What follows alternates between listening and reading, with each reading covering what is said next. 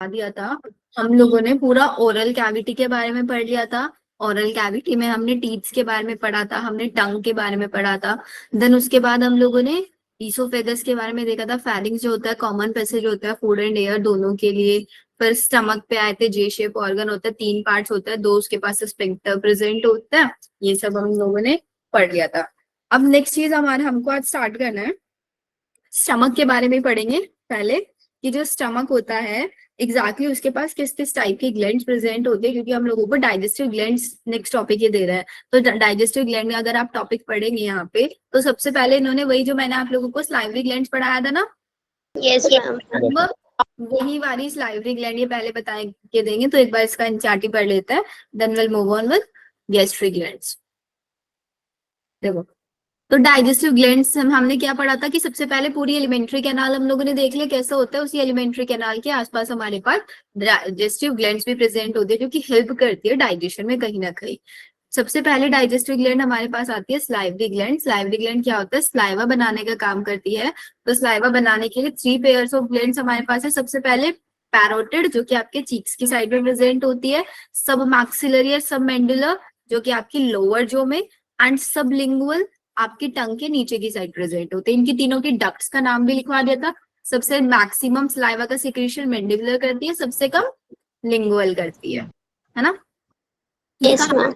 होती है these gland situated just outside the buccal cavity and secrete क्या करती है, स्लाइवरी जूस सिक्रीट करती है बक्कल कैविटी के अंदर। ये लाइंस याद रखनी है। पैरोटिड, चीक ग्लैंड हम इसको बोलते हैं, मैंडिबुलर लोअर जो, और sublingual below the tongue.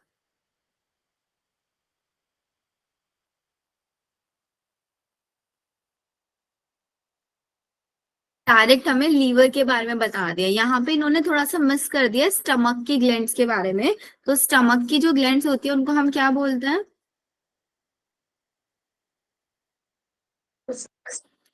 Gastric glands. तो हमें थोड़ा सा एक्स्ट्रा यहाँ पे पढ़ना पड़ेगा गैस्ट्रिक के बारे में। अब गैस्ट्रिक ग्लैंड्स जो होती है ना, उनके अंदर 3 टाइप की सेल्स पाई जाती है।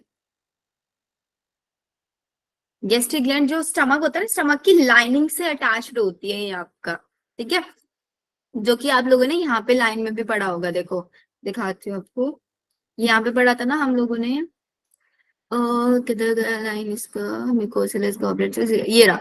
जो हमारे पास स्टमक की म्यूकोसल एपिथेलियम होता है ना, म्यूकोसा वाली लेयर, वो लेयर मॉडिफाई करके ग्लैंड्स बनाती है। रहा mucosa also form glands in the stomach which is known as gastric gland. तो यही वाली गैस्ट्रिक ग्लैंड पढ़ रहे हैं, जो आपकी एलिमेंट्री कैनाल की जो म्यूकोसा लेयर है उसने मॉडिफाई करके इनको बनाया है। तो अगर आपसे कोई पूछे ये गैस्ट्रिक ग्लैंड किसके मॉडिफिकेशन से बने हैं, म्यूकोसा से बने हैं आपके, ठीक है। इक्वेशन यहाँ से बन जाएगा। तो सबसे पहले हमारे पास सेल्स आती हैं, chief cells, oxyntic cells, mucous cells, या फिर we can also call them goblet cell. Mucous cells का काम है सिंपली म्यूकस सिक्रीट करना, म्यूकस सिक्रीट करना इसका काम होगा। जो आपकी चीफ सेल्स होंगे, चीफ सेल्स और also known as peptic sales,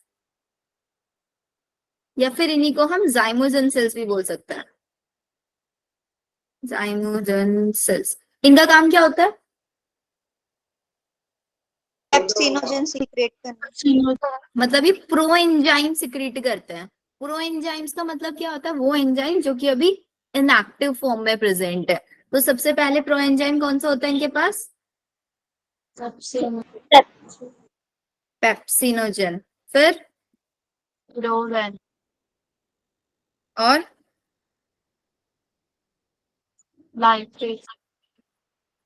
gastric lipase.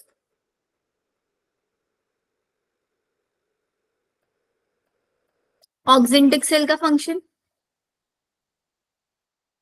HCl secret करने। एग्जैक्टली, HCl सिक्रीट करते हैं, प्लस एक फैक्टर भी सिक्रीट करता है ये,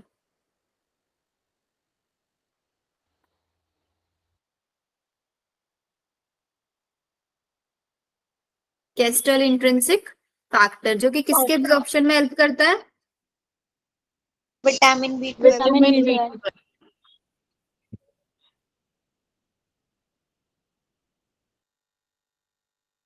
लिखो इसको।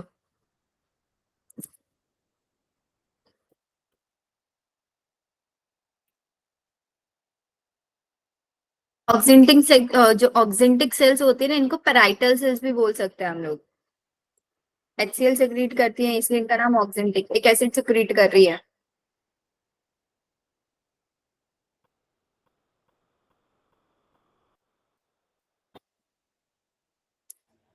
मैम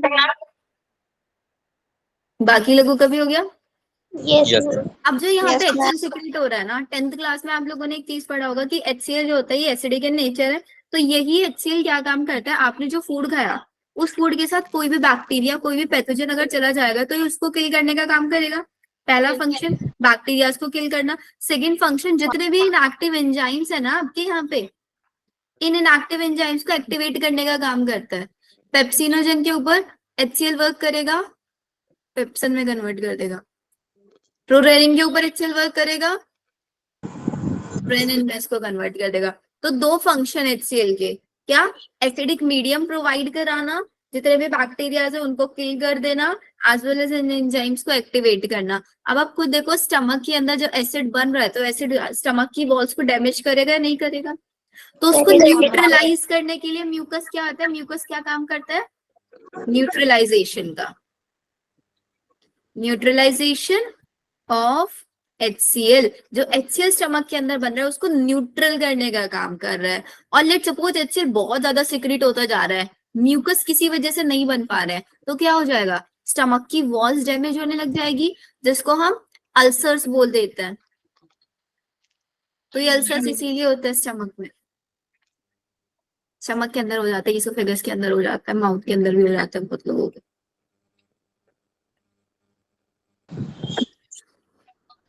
मैम इसका कॉज क्या होता है? इसका कोर्स क्या मतलब, मैम ये कैसे हो जाता है? अल्सर्स जब म्यूकस सिक्रेट नहीं होता, म्यूकस सिक्रेट नहीं होगा, एसिडिक मीडियम होगा, एसिडिक मीडियम आपकी वॉल्स को डैमेज करना शुरू कर देता है। मैम म्यूकस सिक्रेट क्यों नहीं हो पाता? अब म्यूकस कौन सी सेल सिक्रेट कर रही है, गॉबलेट सेल्स। लेट्स सपोज किसी वजह से गॉबलेट सेल्स डैमेज हो गई, उस वजह से म्यूकस नहीं आएगा, सेल्स डैमेज होने की वजह से हो गई। मैम इसके सिम्टम्स क्या होंगे? अल्सर्स के सिम्टम्स, अल्सर्स को बेटा आइडेंटिफाई किया जाता है, मतलब देखा जाता है एंडोस्कोपी के थ्रू। इसके सिम्टम्स में सबसे ज्यादा तो होता है ना, बहुत पेनफुल होता है अगर स्टमक में अल्सर्स हो जाते हैं। जैसे माउथ में तो आप लोगों ने देखा ही होगा, माउथ में तो दिख जाते हैं, स्टमक के दिखते नहीं है। उसमें कभी कभी ना ब्लीडिंग भी होने लग जाती है, तो यूरिन में अगर ब्लीडिंग आ रही है उससे पता चल जाता है कि अल्सर्स के माउथ के थ्रू ब्लीडिंग आना शुरू हो जाती है अगर वॉमिटिंग वगैरह होती है। और उसके अलावा पेट में बहुत ज्यादा जलन टाइप से होगी एंड इचिंग होगी, क्योंकि अल्सर्स बन रहे हैं वहां पे।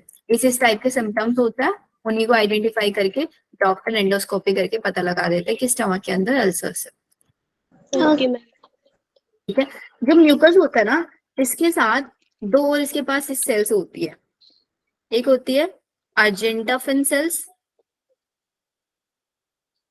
और एक होती है इसके पास गेस्ट्रिन सेल्स। अर्जेंटाफिन सेल्स क्या काम करती है, अर्जेंटाफिन सेल्स अपने अंदर से 3 टाइप के हॉर्मोन्स रिलीज करती है। The first one serotonin, somatostatin, histamine. ये सेरोटोनिन, सोमैटोस्टेटिन, हिस्टामाइन, ये ना जो केमिकल कोऑर्डिनेशन वाला चैप्टर उसमें दिया हुआ है, ये इनका फंक्शंस के साथ, इस चैप्टर में नहीं दिया हुआ, लेकिन इस चैप्टर में पढ़ोगे तो वहां जाके इजीली समझ में आ जाएगा। ये गेस्ट्रिन सेल्स जो होती है ये आपके अंदर से रिलीज करती है गेस्ट्रिन हॉर्मोन्स ये रिलीज करती है। तो याद रखना, यही अर्जेंटाफिन सेल्स जो होती है ये serotonin, somatostatin and histamine release कराती है। अब इनका फंक्शन, सेरोटोनिन क्या काम करता है, वैसा कॉन्स्ट्रिक्टर है serotonin, vaso constrictor. Vaso constrictor का मतलब क्या होता है, जो ब्लड वेसल्स को स्टिमुलेट करता है, उनका गंदा कॉन्स्ट्रिक्शन कराता है। और सोमैटोस्टेटिन क्या होता है, सोमैटोस्टेटिन सप्रेस करता है, suppress the release of hormones from digestive glands. Digestive gland से हॉर्मोन्स की रिलीज को सप्रेस करता है. एंड हिस्टामाइन क्या होता है? ये तो human health and disease chapter में पढ़ा है histamine. Yes ma'am. Ma'am infection में एलर्जी वगैरह. उसके साथ साथ वेसो डायलेटर का भी काम करता है ना, ब्लड वेसल्स को डायलेट करा देता था. Yes ma'am. डब्ल्यूबीसी निकल के आ जाए तो याद रखना, सेरोटोनिन वेसो कॉन्स्ट्रिक्टर है, हिस्टामाइन वेसो डायलेटर है. कॉन्स्ट्रिक्ट मतलब कॉन्स्ट्रिक्ट कर देना और डायलेट मतलब खोल देना, ओपन कर देना. ब्लड वेसल्स को डायलेट करने का काम हिस्टामाइन का, कॉन्स्ट्रिक्ट करने का काम वेसो कॉन्स्ट्रिक्टर सेरोटोनिन. और जो ये गेस्ट्रिन हार्मोन है क्या काम करता है? ये गेस्ट्रिन सेल्स जो होता है ना, ये आपकी स्टमक की गैस्ट्रिक ग्लैंड पे वर्क करता है और उनको बोलते हैं वो अपने अंदर से क्या रिलीज करे? गैस्ट्रिक जूस रिलीज करे. जैसे स्टमक उसमें स्लेवरी ग्लैंड स्लाइवा सिक्रीट करती है, ठीक यस है, ऐसे ही गैस्ट्रिक ग्लैंड जो होती है ना, गैस्ट्रिक जूस सिक्रीट करती है. ऐसे ही वो गैस्ट्रिक जूस सिक्रीट करती है. तो अगर आपसे कोई क्वेश्चन पूछे गैस्ट्रिक जूस के अंदर क्या क्या पाया जाता है, तो गैस्ट्रिक जूस के अंदर ये HCl पाया जा रहा है, उसी के अंदर म्यूकस पाया जा रहा है, उसी के अंदर ये सारे के सारे प्रोएंजाइम्स पाए जा रहे हैं. Yes ma'am. ये सब गैस्ट्रिक जूस के अंदर ही है ना. और स्लाइवा का पीएच क्या था? 6.827. 6.8 टू अराउंड 7 था. और ये जो हमारा पास यहाँ पे गैस्ट्रिक जूस है, इसका पीएच क्या होगा? मैम 7.8 7.8 कैसे हो जाएगा भाई? HCl है, एसिडिक होगा. कम होगा मैम उससे भी. 1.8 एसिडिक नहीं होगा ना, एसिडिक होगा. 1.5 से 2.5 तक होता है. इतना ज्यादा एसिडिक है देखो गैस्ट्रिक जूस, बहुत ज्यादा एसिडिक होता है ये. मैम ये हार्मफुल नहीं होता? इसीलिए तो म्यूकस है, न्यूट्रलाइज करने के लिए. मैम 1.8 लिखा है एनसीईआरटी में. एनसीईआरटी में 1.8 लिखा था, इसको 1.8 कर दो. मैंने इसीलिए रेंज बता दिया आपको, ठीक है. Yes ma'am. अब एक इम्पॉर्टेंट चीज, आपने जो खाना खाया सुबह ब्रेकफास्ट कर तो किया होगा सबने, तो आपने जो खाना खाया जब तक वो आपके माउथ में है, तो माउथ में आपका फूड प्लस लाइवा मिलके क्या बनाएगा? एक टर्म यूज करते हैं उसके लिए, बोलस. बॉलस. और जब वो आपका स्टमक में आ गया, स्टमक में फूड प्लस गैस्ट्रिक जूस, उसको मिला के क्या बोलेंगे? काइम. तो यहाँ पे भी क्वेश्चन आता है कि बोलस कहाँ पाया जाता है, काइम कहाँ पाया जाता है. बोलस उस फूड को बोलेंगे जिस फूड के अंदर सिर्फ और सिर्फ स्टार्च डाइजेस्ट हुआ होगा, और काइम उस फूड को बोलेंगे जिसके अंदर आपके गैस्ट्रिक जूस आ गया होगा, HCl आ गया होगा, म्यूकस आ गया होगा, ये सारी चीजें आ गई. ठीक है. अब हमने देखा यहाँ पे 3 टाइप के एंजाइम्स रिलीज हो रहे हैं, एक पेप्सिन, रेनिन और गैस्ट्रिक लाइपेज, है ना. अब ये तीनों के तीनों एंजाइम अपना डाइजेशन करेंगे, तो आपके फूड के अंदर जितना भी प्रोटीन पार्ट है, उस प्रोटीन के ऊपर कौन एंजाइम वर्क करेगा? पेप्सिन. और उसको कन्वर्ट कर देगा पेप्टॉन्स, प्रोटियोजेस या फिर पेप्टाइड्स. सब एक ही नाम है ये, ठीक है. और आपका जो रेनिन एंजाइम तो किस पे वर्क करता है? मिल्क. आपने सुना है मिल्क को कर्ड में कन्वर्ट कौन करता है? लैक्टोबैसिलस. तो यहाँ पे मिल्क के अंदर कौन सा प्रोटीन होता है? Casein protein. कैसीन प्रोटीन के ऊपर आपका रेनिन वर्क करता है और इसको कन्वर्ट करा देता है कैल्शियम पैरा कैसिनेट में.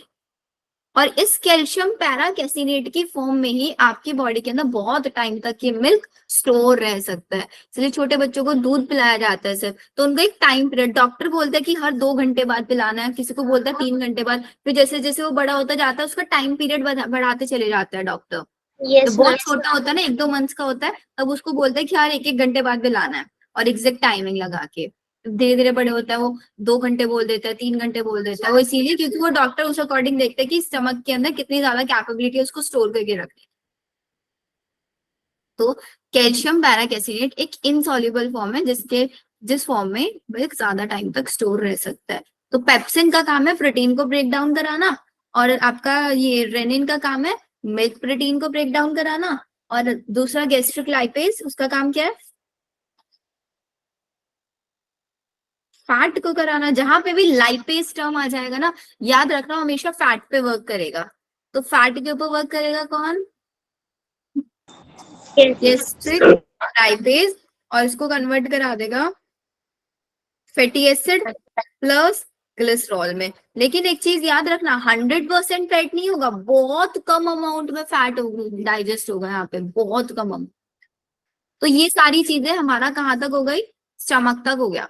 देखो सिंपली, आपने खाना खाया, आपके माउथ में गया, माउथ में स्लाइवा था, वहां पे टाइलिन एंजाइम था जिसने आपके स्टार्च को माल्टोज में कन्वर्ट कर दिया, ठीक है। फिर आपका फूड को हमने क्या बोला, बोलस, वो ईसोफेगस के थ्रू पेरिस्टाल्टिक मूवमेंट करता हुआ आपके स्टमक में आया। जैसे स्टमक में फूड एंट्री लेता है, एंट्री लेते ही gastric cells gastric juice secrete करने लग जाती है। उस गैस्ट्रिक जूस के अंदर HCl है, फूड का मीडियम एसिडिक हो गया, जिसके उसके अंदर जितने भी आपके बैक्टीरिया वगैरह ये सब थे सब किल करा दिए हमने। फिर म्यूकस सिक्रीट कराया गॉबलेट सेल ने उसको न्यूट्रलाइज करने के लिए। फिर पेप्सिन आया, जिस फूड के अंदर आपका जो प्रोटीन था उसको पेप्टोन, प्रोटियोसिस, पेप्टाइड इन सब में कन्वर्ट कर दिया। अगर आपने दूध पिया था तो दूध को कैल्शियम पैराकेसिनेट में कन्वर्ट कर दिया। फैट खाया था तो उसको फैटी एसिड प्लस ग्लिसरॉल में कन्वर्ट कर दिया।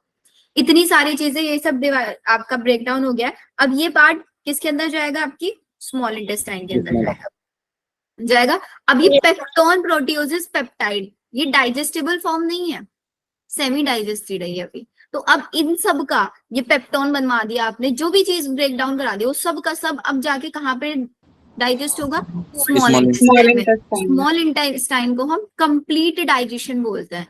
It is the site of complete digestion. क्यों बोलते हैं, क्योंकि जो लीवर और पैनक्रियाज वाली ग्लैंड्स होती है ना, उनका सारा सिक्रीशन भी किसके अंदर आ रहा होता है, स्मॉल इंटेस्टाइन में। स्मॉल इंटेस्टाइन में आता है।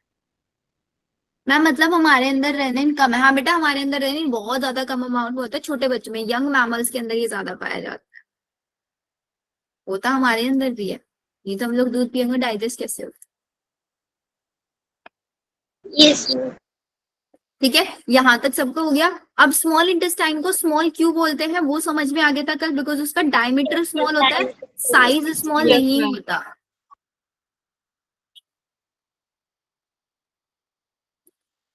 स्मॉल इंटेस्टाइन के अंदर 3 part, the first one duodenum, second jejunum, third ileum. Ileum. अब इनका साइज याद रखना है। डिओडिनम जो होता है ना वो सबसे छोटे साइज का होता है, सी शेप का होता है, हमने डायग्राम में भी देखा था कल। सी शेप का होता है, कितना साइज होता है इसका, 25 सेंटीमीटर। और जेजुनम जो होता है आपका 2.5 मीटर, मीटर में है, देखो सेंटीमीटर और मीटर याद रखना। और इलियम 3.5 मीटर। और सबसे हाईली कॉइल्ड कौन सा पार्ट था, इलियम। इलियम था हाईली कॉइल्ड। और सबसे लॉन्गेस्ट पार्ट भी कौन सा है, इलियम ही है। इलियम ही है। याद रख लोगे इस चीज को। Yes ma'am. अब जेजुनम इलियम के बारे में कुछ नहीं पढ़ना, सिर्फ ये याद रखना है हाईली कॉइल्ड पार्ट आपसे क्वेश्चन पूछेंगे, इलियम बता देना। Longest part of the small intestine पूछेंगे, इलियम बता देना। सबसे ज्यादा जो डिफिकल्ट इसके अंदर हम लोगों को लगता है वो होता है डिओडिनम वाला पार्ट, क्योंकि डिओडिनम एक ऐसा पार्ट है जिसके अंदर आपका जो लीवर है उसका भी सारा सिक्रीशन डिओडिनम के अंदर आएगा, पैनक्रियाज है उसका भी सारा सिक्रीशन डिओडिनम के अंदर आएगा। क्यों आएगा इसके अंदर, बिकॉज इसके अंदर एक ओपनिंग होती है, opening of hepato pancreatic duct. Hepato pancreatic duct की इसके अंदर, हिपैटो का मतलब क्या होता है, लीवर, और पैनक्रियाटिक मतलब पैनक्रियाज। लीवर और पैनक्रियाज से दोनों से आने वाली डक्ट आपकी लीवर के अंदर, इससे गारंटेड एक क्वेश्चन आ ही जाता है हिपैटो पैनक्रियाटिक डक्ट से, ठीक है। Yes ma'am. अब जब आप लोगों ने वो पढ़ा था एलिमेंट्री कैनाल की लाइनिंग्स, वहां पे एक टर्म देखा था हमने, क्रिप्स ऑफ लाइबर क्यून, याद होगा अगर आपको, देखा था ना। Yes ma'am. वो देखो जरा, उससे पहले आप लोग लिख लो यहाँ पे, हिपाटोपैनक्रियाटिक डक्ट हो गया आपका। आपकी जो डियोडनम होता है ना, डियोडनम के अंदर भी आपकी एक ग्लैंड प्रेजेंट होती है, ब्रूनर्स ग्लैंड। ये भी उन्होंने एंड में लिखा हुआ है उस पैराग्राफ में कि आपका जो डियोडनम है उसकी म्यूकोसा अपने आप को मॉडिफाई करके ब्रूनर्स ग्लैंड बनवा लेती है। तो क्वेश्चन आता है ब्रूनर्स ग्लैंड पे, ब्रूनर्स ग्लैंड एलिमेंट्री कैनाल के किस पार्ट में प्रेजेंट होती है?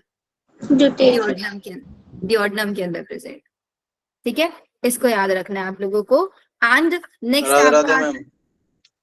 नेक्स्ट आपका आता है क्रिप्स ऑफ लाइबर्क्यून। तो बहुत लेट आए क्लास में।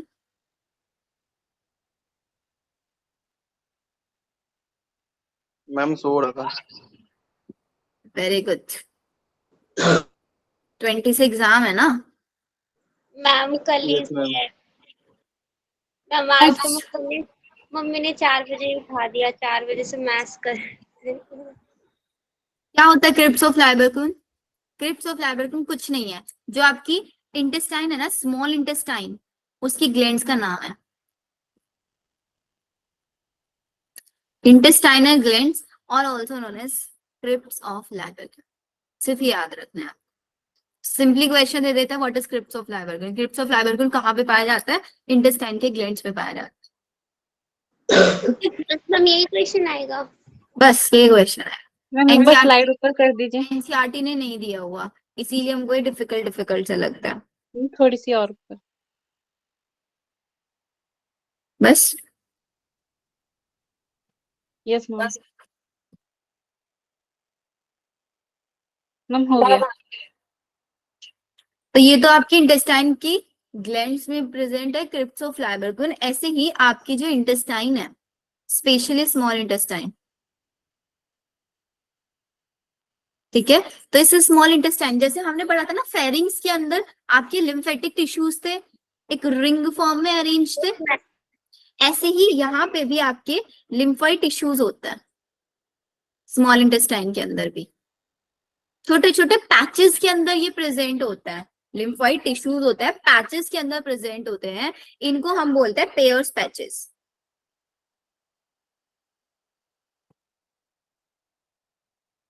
ये टर्म याद रखनी है, ब्रूनर्स ग्लैंड, क्रिप्स ऑफ लाइबर्क्यून और pairs patches. Out of NCERT है थोड़ा सा, लेकिन एनसीईआरटी ने थोड़ा थोड़ा बताया हुआ है इनके बारे में।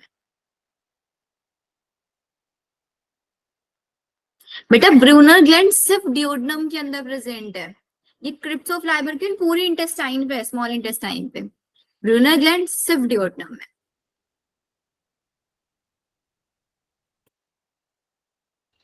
मैम और ये पियर्स पैचेस? पेयर्स पैचेस पूरी स्मॉल इंटेस्टाइन है, टिश्यूज है ये, लिम्फोइड से बने।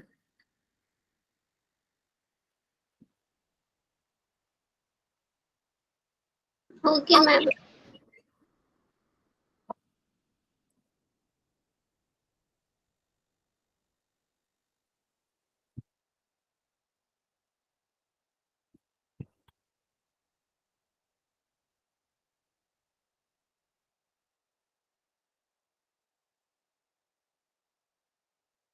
ठीक है, अब नेक्स्ट चीज लिखो, ये जो आपका क्रिप्स ऑफ लाइबर्क्यून है ना, यही क्रिप्स ऑफ लाइबर्क्यून अपने अंदर से एक जूस सिक्रीट करता है। देखो हमने स्लाइवा, माउथ स्लेवरी ग्लैंड जो सिक्रीट कर रही थी उसको स्लाइवा बोला था, गैस्ट्रिक ग्लैंड जो जूस सिक्रीट कर रही थी उसको गैस्ट्रिक जूस बोला था। तो इंटेस्टाइन जो जूस सिक्रीट करेगी उसको इंटेस्टाइनल जूस बोलेंगे ना। Yes ma'am. Yes ma'am. Gastric gland juice secrete कर रहे थे तो गैस्ट्रिक जूस, यहाँ पे इंटेस्टाइनल ग्लैंड्स जो जूस सिक्रीट करेंगे which is known as intestinal juice. इस इंटेस्टाइनल जूस का ही एक स्पेशल नाम इन्होंने रख के दे दिया which is known as succus entericus. इन्हीं टर्म्स में आके बच्चे कंफ्यूज हो जाते हैं, ये सब क्या है। स्यूकस एंटेरिकस वो जूस है जिसके अंदर सारे एंजाइम्स पाए जाएंगे, जैसे गैस्ट्रिक जूस के अंदर हमने बोला था HCl आएगा, म्यूकस आएगा, पेप्सिन, रेनिन, ये सब उसके अंदर प्रेजेंट होंगे। अब इसी स्यूकस एंटेरिकस के अंदर हम पढ़ेंगे किस किस टाइप के जूस प्रेजेंट, सॉरी किस किस टाइप के एंजाइम्स प्रेजेंट होता है।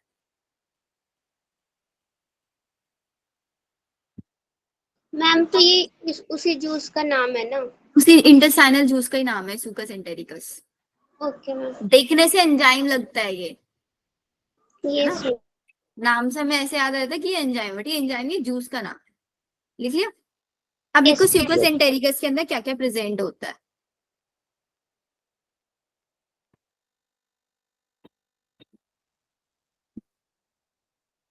अब यहाँ पे हर चीज का डाइजेशन कराना है मेरे को। पहली चीज ये याद रखना, कुछ भी कंपोनेंट हो फूड का, हर किसी का डाइजेशन होगा। तो सबसे पहले जो हमारा स्टमक से पेप्टाइड आ रहे थे बन के, प्रोटियोजेस, पेप्टोन्स, ये सब आए थे, उनका डाइजेशन कराना पड़ेगा ना। तो हमारे पास सबसे पहले एंजाइम होगा पेप्टाइडेज। ये पेप्टाइडेज क्या करा देगा, आपका जो पेप्टाइड थे उसको किस में कन्वर्ट करा देगा, अमाइनो एसिड्स में।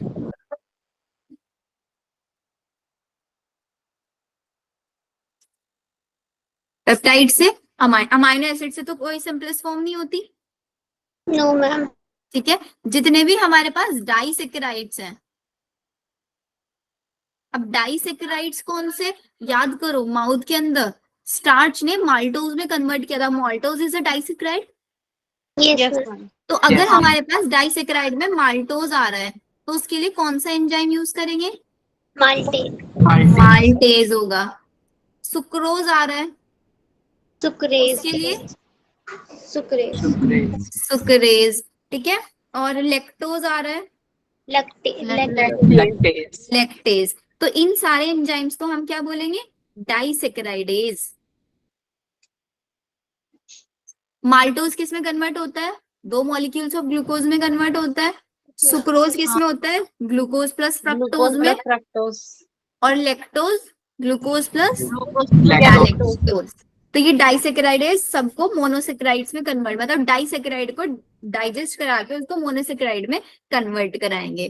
फिर नेक्स्ट चीज आएगी हमारे पास न्यूक्लियोसाइडेज। अब ये न्यूक्लियोसाइडेज क्या काम करेंगे, मैम ये प्रोटीन न्यूक्लियोसाइड्स को कन्वर्ट कराएंगे। तो सबसे पहले क्या करेंगे, न्यूक्लियोटाइड है, लेट्स सपोज मेरे पास कोई न्यूक्लियोटाइड है, तो न्यूक्लियोटाइड के ऊपर न्यूक्लियोसाइडेज वर्क करेगा। उसको किस में कन्वर्ट करा देगा, न्यूक्लियो, मतलब इस पे न्यूक्लियोटाइडेज वर्क करेगा, नॉट साइडेज, टाइडेज, न्यूक्लियोटाइडेज। तो इसको कन्वर्ट करा देगा न्यूक्लियोसाइड प्लस फोस्फेट में ना। Yes ma'am. फिर इसी न्यूक्लियोसाइड पे न्यूक्लियोसाइडेज वर्क करेगा और इसको किस में कन्वर्ट करा देगा, शुगर प्लस नाइट्रोजनस बेस में। बस यस मैम। ऐसे ही आपका कन्वर्जन हो जाएगा। तो कुछ भी कंपोनेंट हो फूड का, सारा कंपोनेंट मेनली आके डाइजेस्ट कहाँ पे होगा, इसी पार्ट के अंदर डाइजेस्ट होगा। एक बार एनसीईआरटी देख लेते हैं। मैम न्यूक्लियोसाइड में न्यूक्लियोसाइडेज एंजाइम होगा ना वो। न्यूक्लियोसाइड के ऊपर न्यूक्लियोसाइडेज, न्यूक्लियोटाइड के ऊपर न्यूक्लियोटाइडेज। ठीक है, ये Yes, देखो। अब डाइजेशन, ये ऊपर वाला जो लीवर वाला पार्ट है ये भी पढ़ाऊंगी। डाइजेशन ऑफ फूड वाला देखो, डाइजेशन ऑफ फूड एक कैसा प्रोसेस है, मैकेनिकल एंड केमिकल प्रोसेस है। सबसे पहले जो हमारा बक्कल कैविटी है वो 2 मेजर फंक्शन करती है। फूड को मैस्टिकेशन, उसको ग्राइंड कर देती है पूरी तरीके से, और हम फूड को स्वेलो कर लेते हैं। टीथ और टंग की हेल्प से क्या करता है, टीथ फूड को ग्राइंडिंग का हेल्प करता है और टंग स्लाइवा का मिक्सिंग कराता है, ताकि फूड के साथ स्लाइवा इजिली मिक्सअप हो जाए। Saliva masticate and mixing up the food thoroughly. Mucus जो होता है आपके स्लाइवा के अंदर, वो क्या करता है, आपके फूड को लुब्रिकेट करने का काम करता है, ताकि वो ईसोफेगस से इजिली पास ऑन हो पाए। और उस फूड को क्या किस में कन्वर्ट करा देता है, बॉलस में कन्वर्ट करा देता है। बॉलस फिर वहां से फेरिंग्स में जाएगा एंड देन ईसोफेगस तक जाएगा, जब उसको स्वेलो कर लेंगे या फिर डिग्लूटेशन कर लेंगे। बॉलस कहाँ पे जाएगा, ईसोफेगस के थ्रू सक्सेसिव मस्कुलर कॉन्ट्रेक्शन। अब ये वाली लाइन समझो एक बार क्या होता है। ईसोफेगस हमें पता है कि लॉन्ग ट्यूब है ऐसे, यस मैम। ठीक है। तो यहाँ पे लेट सपोज मेरा फूड कंपोनेंट यहाँ पे है अभी, तो यहाँ पे फूड कंपोनेंट है, तो ये जो लेयर है ये ऐसी नहीं हो जाएगी यहाँ से, यस मैम। ये एक जगह से कॉन्ट्रैक्ट होगी, एक जगह से रिलैक्स होगी। फिर ये फूड जब यहाँ से नीचे आएगा तो यहाँ से रिलैक्स हो जाएगी, ऐसे यहाँ से कॉन्ट्रैक्शन इसके अंदर आ जाएगा। Yes ma'am. तो इसी कॉन्ट्रैक्शन और रिलैक्सेशन को, muscular contraction and relaxation is known as peristaltic movement, and this process is known as पेरिस्टॉल्सिस। ठीक है, इसी को हम पेरिस्टॉल्सिस बोलते हैं। तो पेरिस्टॉल्सिस करते हुए फूड कहाँ तक आ जाएगा आपका, गैस्ट्रोएसोफेजियल स्फिंक्टर के थ्रू पास ऑन होके स्टमक में आ जाएगा। ठीक है, फिर saliva secreted into the oral cavity, जो ओरल कैविटी में स्लाइवा सिक्रेट हुआ था उसके अंदर मैंने बताया था 99.5% तो वाटर होता है, बाकी इलेक्ट्रोलाइट्स होते हैं, और उसके अंदर एंजाइम्स भी होता है, salivary amylase which is also known as ptyalin. इसी स्लाइविया एमाइलेज को टाइलिन बोलते हैं। या फिर लाइसोजाइम भी होता है। लाइसोजाइम का काम क्या बताया था, बैक्टीरियाज को किल करना। केमिकल प्रोसेस ऑफ डाइजेशन कहाँ पे इनिशिएट हो जाता है, आपके ओरल कैविटी के अंदर ही। सबसे पहले किसका कराता है, कार्बोहाइड्रेट। कौन सा कार्बोहाइड्रेट, स्टार्च। ठीक है, एंड स्लाइविया एमाइलेज। 30% स्टार्च का कितना कंपोनेंट डाइजेस्ट हुआ है वहां पे, सिर्फ 30% डाइजेस्ट हुआ है। 30% is hydrolyse here by this enzyme. PH कितनी है, 6.8 से 7, आपको बताया था इन्होंने 6.8 लिख के दिया ऑप्टिमम।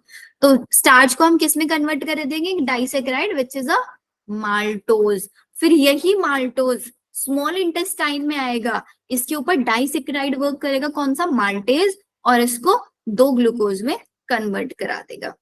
हुआ था यही काम। लाइसोजाइम कैसे वर्क कर रहा था, लाइसोजाइम स्लाइवा के अंदर प्रेजेंट था, एंटीबैक्टीरियल एजेंट जो कि सारे इन्फेक्शंस वगैरह को किल करने का काम करता है। ठीक है, फिर इन्होंने स्टमक के बारे में बताया कि हमारे पास जो स्टमक होता है उसके म्यूकोसा लेयर के अंदर गैस्ट्रिक ग्लैंड्स प्रेजेंट होती है। 3 स्पेशल टाइप की सेल्स उसके पास होती है। म्यूकस नेक सेल, मतलब वो गॉबलेट सेल्स के लिए बोल रहे हैं, जो कि म्यूकस सिक्रीट करती है आपकी। चीफ और पेप्टिक सेल्स जो कि आपके प्रोएंजाइम्स रिलीज करते हैं, और आपकी पैराइटल या फिर ऑक्जेंटिक सेल एचसीएल सिक्रीट करती है, और एक कैस्टल इंट्रिंसिक फैक्टर, इसका पूरा नाम कैस्टल इंट्रिंसिक फैक्टर होता है, जो किसके एब्जॉर्प्शन में हेल्प करता है, विटामिन B12 के। ये भी बहुत इंपॉर्टेंट है, पीवाईक्यू में क्वेश्चन डायरेक्टली आ जाता है इसके अंदर। ठीक है, स्टमक के अंदर आपका फूड कितने टाइम तक स्टोर रह सकता है, 4 से 5 घंटे तक स्टोर रह सकता है। फूड आपका थ्रोली मिक्सअप हो जाता है किसके साथ, गैस्ट्रिक जूस के साथ, जो कि एसिडिक एनवायरनमेंट है। एंड फूड कैसा बन जाएगा आपका, काइम बन जाएगा, बॉलस और फिर काइम। और जितने भी प्रोएंजाइम्स थे, पेप्सिनोजन, वो किसके एक्सपोजर से, HCl के एक्सपोजर से एक्टिव एंजाइम में कन्वर्ट हो जाएंगे पेप्सिन में। Yes ma'am. और ये पेप्सिनोजन कैसा एंजाइम है, प्रोटियोलाइटिक एंजाइम है, प्रोटीन का डाइजेशन कराने वाला एंजाइम है। ये क्या करेगा, पेप्सिन कन्वर्ट कर देगा प्रोटीन को प्रोटियोसिस, पेप्टोन या फिर पेप्टाइड्स में। और जो म्यूकस सिक्रीट हो रहा था गॉबलेट सेल से, म्यूकस एंड बाइकार्बोनेट जो गैस्ट्रिक जूस के अंदर प्रेजेंट होता है, जो लुब्रिकेशन कराएंगे फूड का और प्रोटेक्शन करेंगे, जो म्यूकोसल एपिथेलियम है आपकी, जो स्टमक की लाइनिंग्स है, उसको एक्सोरिएशन से बचाएंगे, एसिड के अटैक से बचाएंगे। बिकॉज वहां पे पीएच कितनी है, 1.8 से 2.5 पीएच प्रेजेंट होती है। रेनिन भी एक प्रोटियोलाइटिक एंजाइम होता है जो गैस्ट्रिक जूस के अंदर प्रेजेंट होता है, किसके, इन्फेंट्स के। ये क्या करता है, मिल्क प्रोटीन को, मिल्क प्रोटीन इज कैसीन, उसको डाइजेस्ट करने में हेल्प करता है। कुछ अमाउंट में गैस्ट्रिक लाइपेज भी होता है यहाँ पे, जो कि गैस्ट्रिक ग्लैंड से सिक्रीट होता है। ये क्या काम करता है, ये स्मॉल अमाउंट में फैट का भी डाइजेशन करा देता है। पढ़ लिया इतना। Yes ma'am. फिर आता है various types of movements are generated by the muscularis layer of the small intestine. These movement मतलब जो आपकी स्मॉल इंटेस्टाइन, या जैसे इन्होंने बोला ना, स्टमक के अंदर भी मस्कुलरिस मूवमेंट होता है, ये रहा churning movement of its muscular wall. ये क्या करता है, फूड को मिक्सअप करने का, ताकि पूरे के पूरे फूड के अंदर कंप्लीटली मिक्सअप हो जाए गैस्ट्रिक जूस। ऐसे ही हमारे माउथ में स्लाइवा मिक्स करने के लिए टंग हेल्प करती है, और आपका स्टमक में भी आपका मस्कुलर वॉल्स, और ऐसे ही स्मॉल इंटेस्टाइन में भी मस्कुलर वॉल्स हेल्प करती हैं। यही मूवमेंट क्या करता है, मिक्सअप कराता है थ्रोली फूड के साथ, ताकि सारे एंजाइम्स और जूसेस सब कुछ कंप्लीटली मिक्सअप हो जाए। तो हमने यहाँ तक पढ़ लिया अब तक इसका। ये bile pancreatic juice, intestinal juice, ये बाइल पेनक्रियाटिक जूस अभी समझा दूंगी, फिर समझ में आएगा। यहाँ तक बताओ, किसी को कोई डाउट है क्या? No ma'am. Clear everyone? Yes ma'am. चलो फिर आगे आ जाओ। तो नेक्स्ट वन आता है हमारे पास, इसका कोई डायग्राम आपको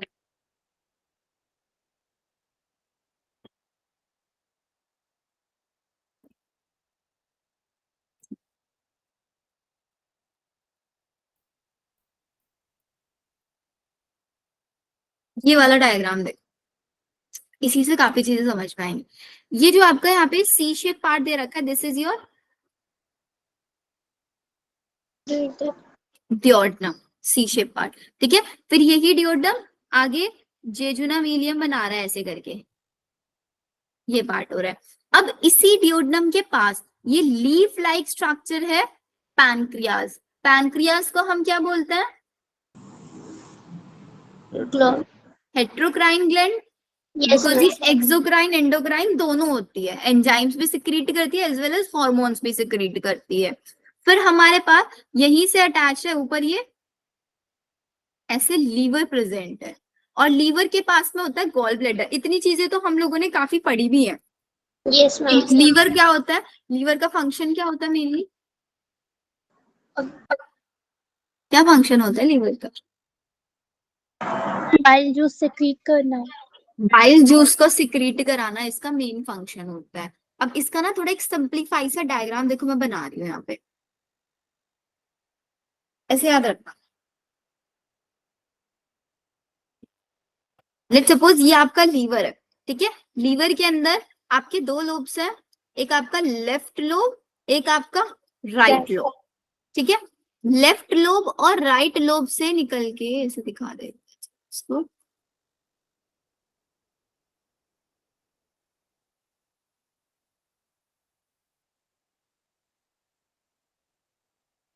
इनसे डक्ट आ रही है, एक लेफ्ट लोब से आ रही है, एक राइट से आ रही है। तो इन डक्ट को मैं यहाँ पे left and right hepatic duct बोल सकती हूँ या नहीं? Yes ma'am.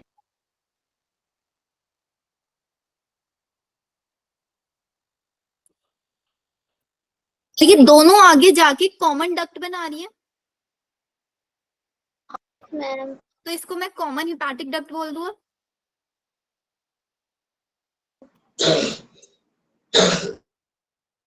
राइट और नॉट?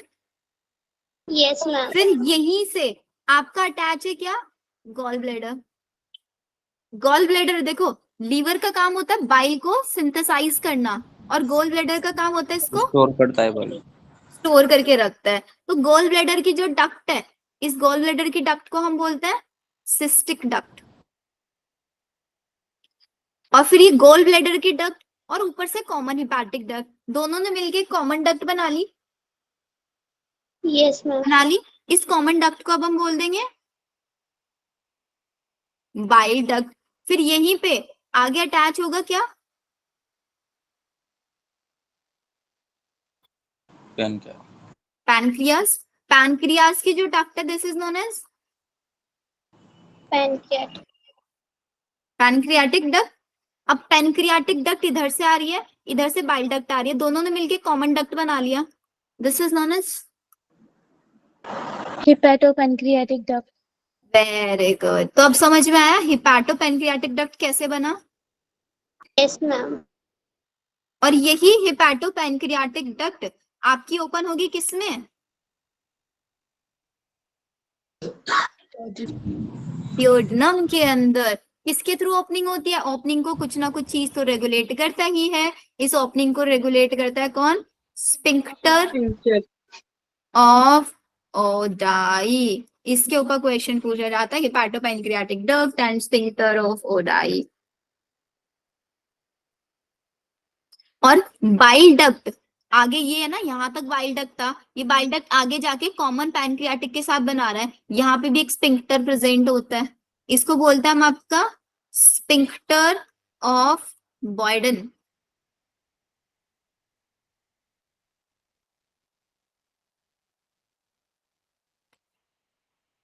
क्लियर हुआ? Yes ma'am.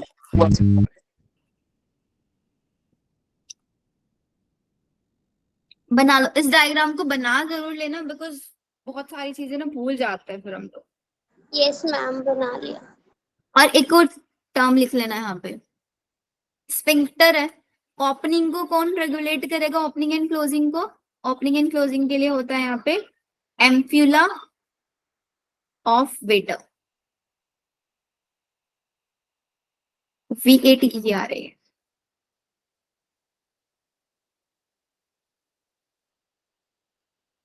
वैसे तो मैंने अभी देखो आपको यहाँ पे लीवर के अंदर दो पार्ट्स दिखाए, left lobe and right lobe. Generally आपके लीवर के अंदर 4 लोब्स प्रेजेंट होता है, left, right, quadrate and caudate. लेकिन हम ज्यादा डिटेल में नहीं जाएंगे, अभी लेफ्ट और राइट को याद रखिए। लीवर का वेट कितना होता है? 1.2 to 1.5 kg। एनसीईआरटी पे आ रहे हो अब।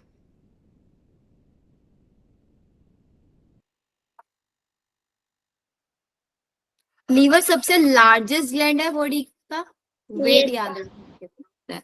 कहाँ पे प्रेजेंट होती है? एब्डोमिनल कैविटी में प्रेजेंट होती है। और एब्डोमिनल में भी किधर साइड, लेफ्ट या राइट? राइट एब्डोमेन में प्रेजेंट होती है। इसी लीवर की वजह से ना आपकी जो राइट किडनी होती है ना, थोड़ा सा नीचे की साइड होती है। राइट और लेफ्ट किडनी, राइट किडनी थोड़ा नीचे की साइड है क्योंकि उसके ऊपर लीवर सिचुएटेड है, ठीक है। और just below the diaphragm, diaphragm के नीचे की साइड प्रेजेंट। अब डायफ्राम समझ में आ रहा है डायफ्राम क्या होता है? Yes ma'am. एंड इसके पास 2 लोब्स है, इन्होंने 2 बताया बट जनरली होते 4 हैं। जैसे हमारे पास हम पढ़ते हैं आपका किडनी, किडनी का फंक्शनल यूनिट नेफ्रॉन। ऐसे ही लीवर का फंक्शनल यूनिट होता है। लीवर का फंक्शनल यूनिट क्या आता है? Hepatic lobules. Hepatic lobule structure and functional unit है लीवर का। हर एक लोब्यूल के अंदर छोटे छोटे सेल्स पाए जाते हैं which are known as hepatic cell. And यही हेपाटिक सेल्स बाइल का सिक्रीशन कराते हैं। ये हेपाटिक सेल बाइल का सिक्रीशन कराता है। ईच लोब्यूल, कौन सा? हर एक हेपाटिक लोब्यूल जो होता है एक थिन कनेक्टिव टिश्यू के थ्रू कवर्ड अप होता है जिसको हम बोलते हैं ग्लाइसॉन्स कैप्सूल। ये हेपाटिक लोब्यूल ना एकदम ऐसे शेप दिखाता है जैसे आपने वो हेक्सागन देखा है ना, बेंजीन, इस टाइप से ऐसे शेप होती है इसकी। ये एक हेपाटिक लोब्यूल, इस हेपाटिक लोब्यूल के अंदर हेपाटिक सेल्स पाए जाएंगे। इसके बाहर ग्लाइसन्स कैप्सूल प्रेजेंट होता है। This is very important, Glisson's capsule याद रखना है इसको। एक कनेक्टिव टिश्यू है, कैसे? थिन कनेक्टिव टिश्यू, ठीक है। फिर इसी के अंदर जो बाइल सिक्रीट होगा, secreted by the hepatic cell, वो आपका हेपाटिक डक्ट के थ्रू होता हुआ कहाँ पे जाके स्टोर हो जाएगा? गॉल ब्लैडर के अंदर, जो कि थिन मस्कुलर सेक है। गॉल ब्लैडर की डक्ट को लिखवा दिया सिस्टिक डक्ट। सिस्टिक डक्ट और लीवर से आने वाली डक्ट आपकी हेपाटिक डक्ट, दोनों के दोनों मिलके कॉमन बाइल डक्ट बनाएंगी। एंड वही कॉमन बाइल डक्ट आगे पेनक्रियास के साथ मिलके क्या बना लेगा? हेपाटो पैनक्रियाटिक डक्ट, जो कि जाके आपका ड्यूोडम के अंदर ओपन हो जाएगी।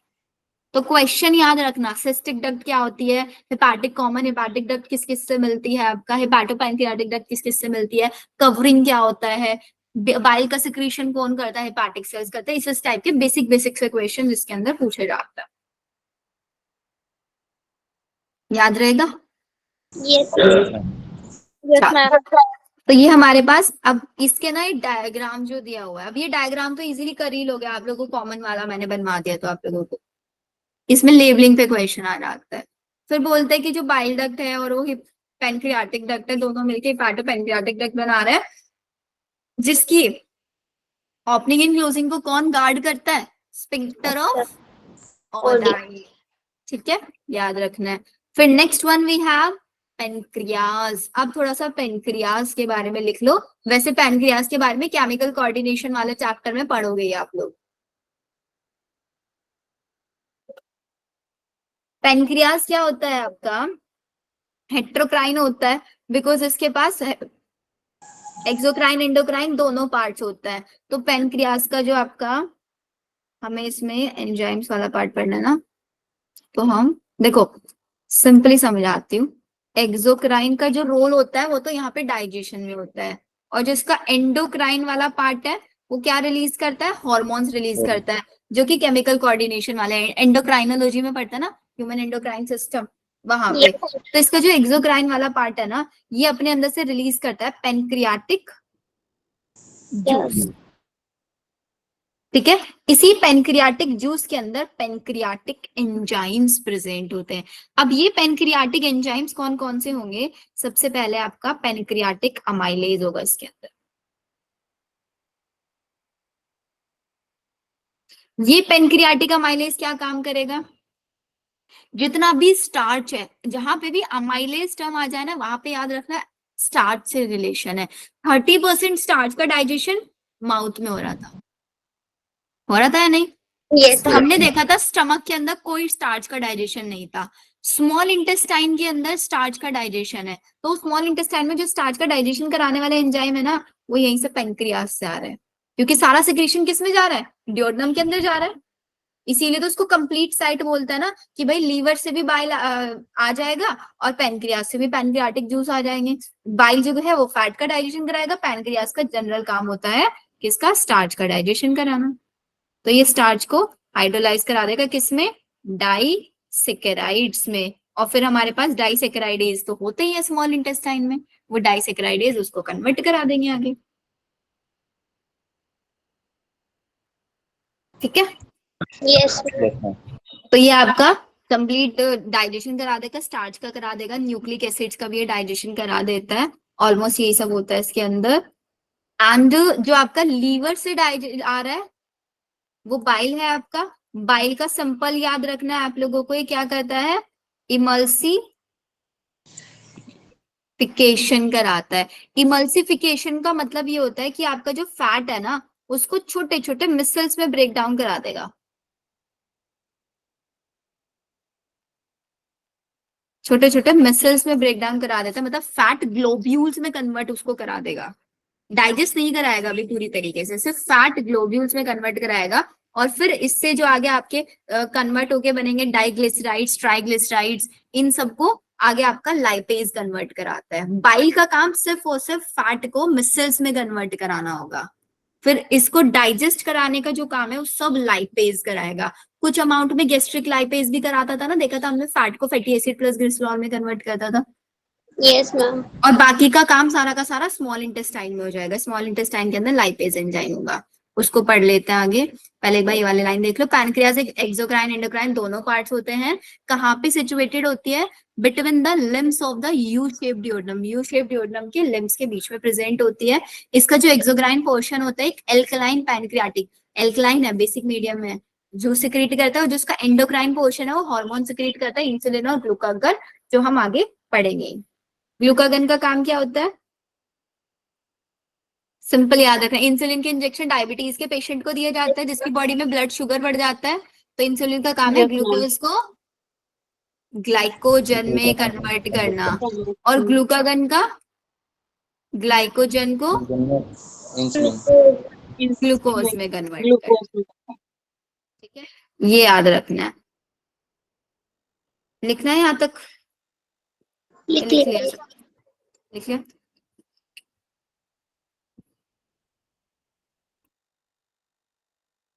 देखो हमने यहाँ तक पढ़ लिया था, अब ये पढ़ो। अब बोलता है बाइल, पेनक्रियाटिक जूस और intestinal juice. Intestinal juice small intestine वाला जूस, बाइल लीवर से आया, पेनक्रियाटिक जूस पेनक्रियास से। तीनों के तीनों आके किसमें हो गए?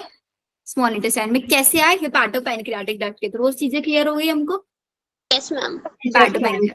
जो पैनक्रियाटिक जूस है ना, उसके अंदर भी इनएक्टिव एंजाइम्स प्रेजेंट होता है। लिखना इनको, trypsinogen, chymotrypsinogen, procarboxypeptidase, amylase, lipase and nuclease, ये सब के सब इनएक्टिव फॉर्म में है। अब इसको समझना कैसे है आप लोगों को, देखो इसका ना छोटा सा फ्लो चार्ट बना लेना यहीं पे साइड में ही। सबसे पहले क्या होता है ना, आपका ट्रिप्सिनोजन है मेरे पास,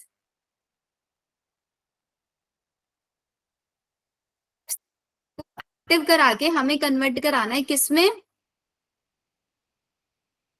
ट्रिप्सिन में। इसको कन्वर्ट कराने का काम होता है इंटेरोकाइनेज का। एंटेरोकाइनेज। अब आप बोलोगे मैम इंटेरोकाइनेज क्या हो गया? एक तो स्यूकस एंटेरिकस पढ़ा था। स्यूकस एंटेरिकस क्या था? इंटेस्टाइनल जूस को बोलते थे ना, इंटेस्टाइनल जूस को। अब उसी इंटेस्टाइन में, स्मॉल इंटेस्टाइन के जूस को ही हम बोलते थे स्यूकस एंटेरिकस। उसी की जो म्यूकोसा लेयर होती है ना, वो एक एंजाइम सिक्रीट करती है। ये जो एंटेरोकाइनेज है ना, ये आपका म्यूकोसा से सिक्रीट हुआ है, इंटेस्टाइन की म्यूकोसा से। ठीक है मैम लेकिन वो तो जूस था और ये हाँ, वो जूस था, वो जूस सिक्रीट हो रहा था आपका म्यूकोसा से, intestinal juice, intestinal glands, crypts of Lieberkuhn से। और वही म्यूकोसा लेयर अब एक एंजाइम भी बनाता है, enterokinase. That was juice, it is a enzyme. Age. Yes ma'am. ठीक है, और ये सीक्रेट क्यों हुआ है? जैसे हमारे स्टमक में इनएक्टिव एंजाइम थे, उनको एक्टिव कराने का काम HCl का था। यहाँ Yes, पे इन एंजाइम्स को एक्टिवेट कौन कराएगा? यहाँ पे इन एंजाइम्स को एक्टिवेट कराने के लिए एंटेरोकाइनेज को बनाया गया है, और ये एंटेरोकाइनेज स्मॉल इंटेस्टाइन में पाया जाता है। तो इसका मतलब पैनक्रियास के अंदर कोई डाइजेशन हो ही नहीं सकता। क्यों नहीं हो सकता? क्योंकि पैनक्रियास तो इनएक्टिव फॉर्म में एंजाइम प्रोड्यूस करता है, और उसके पास उनको एक्टिवेट करने वाला भी कुछ नहीं है। तो उसको तो भाई ना चाहते हुए भी अपने सारे एंजाइम स्मॉल इंटेस्टाइन को देने ही पड़ेंगे, क्योंकि वो इनको एक्टिव ही नहीं करा सकते। इनएक्टिव फॉर्म में क्या ही करेगा वो उनका, बताओ। yes ऐसा मैम। तो ट्रिप्सिनोजन को ट्रिप्सिन में कन्वर्ट कौन कराएगा? एंटेरोकाइनेज। फिर जैसे ही ये ट्रिप्सिन बन जाएगा, ये ट्रिप्सिन आगे वर्क करेगा काइमो ट्रिप्सिनोजन पे, और काइमो ट्रिप्सिनोजन पे कौन वर्क कर रहा है? ये ट्रिप्सिन, और इसको कन्वर्ट करा देगा किसमें? काइमो ट्रिप्सिन में। ऐसे ही कन्वर्ट हुआ है, ये सीक्वेंस याद रखना। एंटेरोकाइनेज ट्रिप्सिनोजन को ट्रिप्सिन में, काइमोट्रिप्सिनोजन काइमोट्रिप्सिन में with the help of trypsin. Ma'am देखो, ट्रिप्सिन होगा या फिर ट्रिप्सिनेज होगा मैम? ट्रिप्सिन, ट्रिप्सिनेज नहीं, ट्रिप्सिन।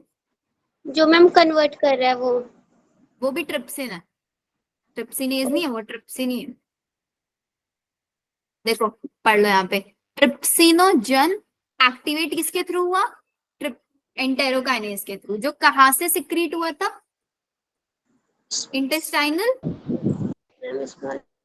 म्यूकोसा से, है ना? किसमें कन्वर्ट हो गया वो? ट्रिप्सिन में। Which in turn activate the other enzymes in the pancreatic. Pancreatic juice के दूसरे एंजाइम्स को एक्टिवेट करेगा कौन? यही ट्रिप्सिन। बता दिया ना, काइमोट्रिप्सिनोजन को काइमोट्रिप्सिन में कन्वर्ट करा देगा ये। Yes ma'am. फिर जो बाइल है आपका, वो रिलीज हुआ किसमें? डिओडनम में। बाइल के अंदर दो पिगमेंट होता है, बहुत इंपॉर्टेंट, याद रखना, bilirubin and biliverdin. Bilirubin and biliverdin, these are the two pigments. ठीक है, बाइल के अंदर प्रेजेंट होता है, और इसके साथ बाइल सॉल्ट होता है, इसके अंदर कोलेस्ट्रॉल होता है, फॉस्फोलिपिड होता है, लेकिन बाइल के अंदर कोई एंजाइम नहीं होता। इसीलिए ये फैट को डाइजेस्ट नहीं करा पाता, सिर्फ और सिर्फ इमल्सिफाई कराता है। यस। ठीक है, वेरी स्मॉल मिसल्स में कन्वर्ट करा देता है। जस्ट अ सेकेंड, मैं एक बार चार्जिंग ऑन कर देती हूँ।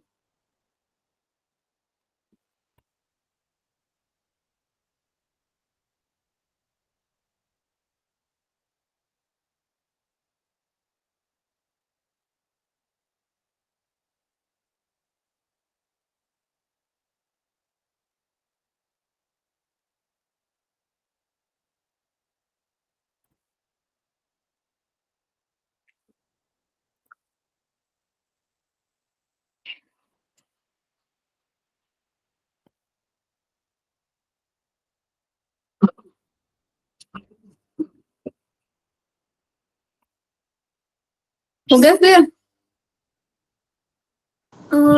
मैम जल्दी क्लास खत्म कर देना प्लीज। मॉर्निंग में प्रतीक सर की क्लास, मॉर्निंग में 7:30 से थी आज, या 7:30 से हो गया आई गेस, तभी 8:30 तक फिनिश हो गई थी ना। Yes ma'am. हाँ तो भाई 2 क्लासेस तो ले ही सकते हो ना मॉर्निंग में, 2 क्लासेस तो लेनी ही भी चाहिए। चलो, फिर क्या बोला हमने? बाइल जो सिर्फ वो सिर्फ क्या करता है? इमल्सिफिकेशन का काम करता है, और bile also activate lipase enzyme को एक्टिवेट करता है। Intestinal mucosa epithelium has goblet cells. कौन सा? इंटेस्टाइनल। अब ये गॉबलेट सेल कहाँ पे भी थी? स्टमक में भी थी। शाम को भी 3 क्लास, शाम को 3 क्लास थोड़ी ना अनीशा, 2 ही तो होंगी।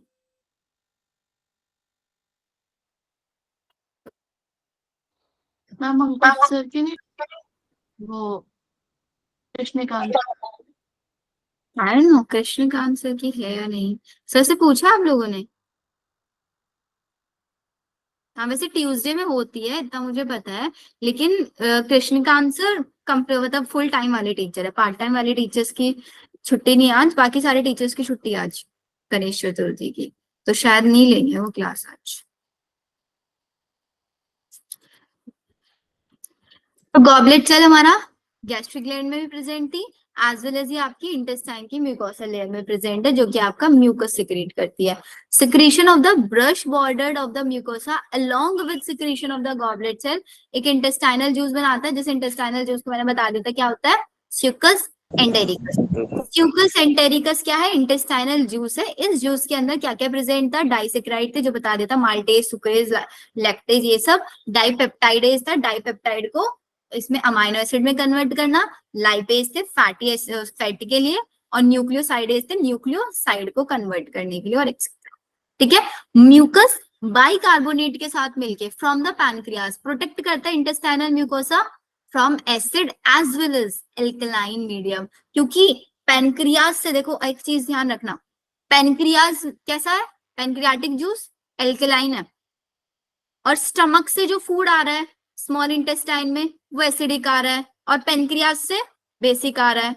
और कितना ज्यादा एसिडिक है, और वहां पे एल्कलाइन वाला कितना ज्यादा, 7.8 है। तो जिसकी वजह से क्या हो जाता है, यहाँ पे एक एसिडिक मीडियम ना क्रिएट हो जाए कुछ ज्यादा, तो उसको पूरा न्यूट्रलाइज करने के लिए, एसिडिक मीडियम हो या फिर ज्यादा बेसिक मीडियम हो, न्यूट्रलाइज करने के लिए यहाँ पे गॉबलेट सेल्स है जो कि म्यूकस सिक्रीट करेंगी। सब म्यूकोसल ग्लैंड्स आपकी ब्रूनर्स ग्लैंड बनाएंगी, जो कि सिर्फ और सिर्फ कहाँ पे प्रेजेंट होगी, ड्यूोडेनम के अंदर प्रेजेंट होगी। आगे इन्होंने पूरा डाइजेशन बता दिया है। प्रोटीन, प्रोटियोसिस, पेप्टाइन, पार्शियली हाइड्रोलाइज प्रोटीन जो है वो आपका काइम मतलब स्टमक से जो फूड आया है, जैसे ही वो इंटेस्टाइन में पहुंचेंगी उनके ऊपर एंजाइम वर्क करेंगे, ट्रिप्सिन, काइमोट्रिप्सिन और कार्बोक्सीपेप्टाइडेज कहाँ से आया है, पैनक्रियाटिक जूस से आया ना। Yes ma'am. ये सब इसको डाइपेप्टाइड में कन्वर्ट करा देंगे। ठीक है। और फिर जितना भी आपका पॉलीसेकेराइड से स्टार्च वगैरह उसके ऊपर माइलेज वर्क करके उसको डाइसेकेराइड में कन्वर्ट करा देगा। फैट के ऊपर लाइपेज वर्क करेगा, उसको डाइग्लिसराइड और मोनोग्लिसराइड में कन्वर्ट करा देगा। न्यूक्लियोसाइड, न्यूक्लिक एसिड्स के ऊपर पहले न्यूक्लिक, न्यूक्लियोटाइड में, फिर न्यूक्लियोटाइड से न्यूक्लियोसाइड, न्यूक्लियोसाइड के ऊपर न्यूक्लियोसाइडेज वर्क करके उसको इसमें शुगर और नाइट्रोजनस बेस में कन्वर्ट करा देगा। एंजाइम होता है जो म्यूकस एंटेरिकस में acts on the end product of the above reaction. अब म्यूकस एंटेरिकस के अंदर जितने भी एंजाइम हो सब इनके एंड प्रोडक्ट्स पे वर्क करेंगे और उनको और ज्यादा सिंपल एब्जॉर्बेबल फॉर्म में कन्वर्ट करा देंगे। These final step in digestion occur very close to the proximal epithelium cell of the intestine। ये वाले सारे के सारे स्टेप्स आपके जो म्यूकोसल एपिथेलियम होता है उसके अंदर चल रहे होता है। सिर्फ सिंपल से याद रखना, इस वाले पार्ट में से ज्यादा क्वेश्चन नहीं आते। जितना क्वेश्चन आता है जो मैंने आप लोगों को डिटेल में पढ़ाया वहां से आता है, ये सिंपल सिंपल सा, बिकॉज डाइजेशन तो हम लोगों को नाम से याद हो जाता है नहीं। यस ये मैम। उन्होंने रिएक्शन बता दिया। डाइपेप्टाइड को डाइपेप्टाइडेज अमीनो एसिड में, माल्टोज पे maltase glucose glucose, lactose glucose galactose, sucrose glucose fructose, nucleotide पहले न्यूक्लियोसाइड फिर शुगर बेस, फिर डाई एंड मोनोग्लिसराइड इसको फैटी एसिड एंड ग्लिसरॉल में कन्वर्ट करा दिया।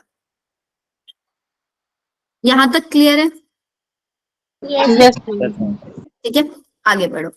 The breakdown of bio macromolecule, जो हमने अभी तक बायो मैक्रोमोलिक्यूल के सारा का सारा कहाँ हुआ, occur in the duodenum region of the small intestine. Small intestine के ड्यूोडेनम पार्ट तक ये सब हो गया। अब ये सारा का सारा डाइजेशन होने के बाद फूड ड्यूोडेनम से कहाँ जाएगा, जियोजिनम में। This substances thus formed are absorbed in the jejunum and फिर उसके बाद इलियम रीजन तक जाएंगे स्मॉल इंटेस्टाइन के, और जितना अनडाइजेस्टेड फूड है और अनएब्सॉर्ब फूड है वो कहाँ पे चला जाएगा, लार्ज इंटेस्टाइन एनस के थ्रू पास आउट कराना है। No significant digestive activity, large intestine में कोई डाइजेशन नहीं होता है। दिस इज अगेन इंपॉर्टेंट, क्योंकि उसके पास कोई एंजाइम वगैरह कुछ नहीं होता। इसका काम क्या होता है, सिर्फ और सिर्फ वाटर, मिनरल्स और ड्रग्स को एब्सॉर्ब करने का काम होता है। इसके साथ साथ ये म्यूकस सिक्रीट करता है, बिकॉज जो अनडाइजेस्टेड फूड है उसको लुब्रिकेट कराने का काम करता है ताकि वो इजीली पास आउट हो पाए। जितना भी अनडाइजेस्टेड अनएब्सॉर्ब सब्सटेंसेस है उसको हम फेसेस बोलेंगे, जो कि सीजम में चला जाएगा। सीजम से आपका caecum of the small large intestine, this is important. Ileocaecal wall, ileocaecal wall क्यों बोला, क्योंकि ऊपर से इलियम से आया ना, ileum is the part of small intestine. Ileum से किसके अंदर जाके ओपन हुआ, सीजियम के अंदर। तो इनकी जो ये वॉल्व है इसको इलियोसीजियल वॉल्व बोला, जो कि बैक फ्लो को प्रिवेंट करेगी कि फीकल मैटर जो है सीजम से इलियम में ना चला जाए। जैसे वॉल्व हमारे हार्ट के अंदर भी होती है, बाइकस्पिड एंड ट्राइकस्पिड। ब्लड की बैक फ्लो को प्रिवेंट करती है वो। Yes ma'am. ऐसे ही है यहाँ पे तो आपका unabsorbed food and digested food है उसके बैक फ्लो को प्रिवेंट करती है। टेम्पररी स्टोर हो जाता है रेक्टम के अंदर टिल डिफिशिएशन। एक्टिविटी जो है आपकी gastrointestinal tract are under neural and this is line important statement वाला क्वेश्चन यहाँ से बनता है कि आपका जो गैस्ट्रोइंटेस्टाइनल ट्रैक्ट है, गैस्ट्रोइंटेस्टाइनल ट्रैक्ट मतलब आपकी पूरी एलिमेंट्री कैनाल, इसकी एक्टिविटीज न्यूरल कंट्रोल है एंड हार्मोनल कंट्रोल है। जो हम खाना देख रहे हैं, साइट, स्मेल, हमारे सामने फूड है, in the oral cavity can stimulate the secretion of saliva का सिक्रीशन होता है जो कि एक टाइप का रिफ्लेक्स एक्शन है। Neural control and coordination chapter बढ़ता है। हमारे सामने किसी ने पिज्जा ला के रख दिया तो मुंह में पानी आ जाता है, नहीं आ जाता है? गोलगप्पे खा रहा है कोई, उसको देख के मुंह में पानी आ जाता है। तो ये सब क्या है? न्यूरल कंट्रोल है जो आपका ब्रेन कंट्रोल करता है। ठीक है। Yes ma'am.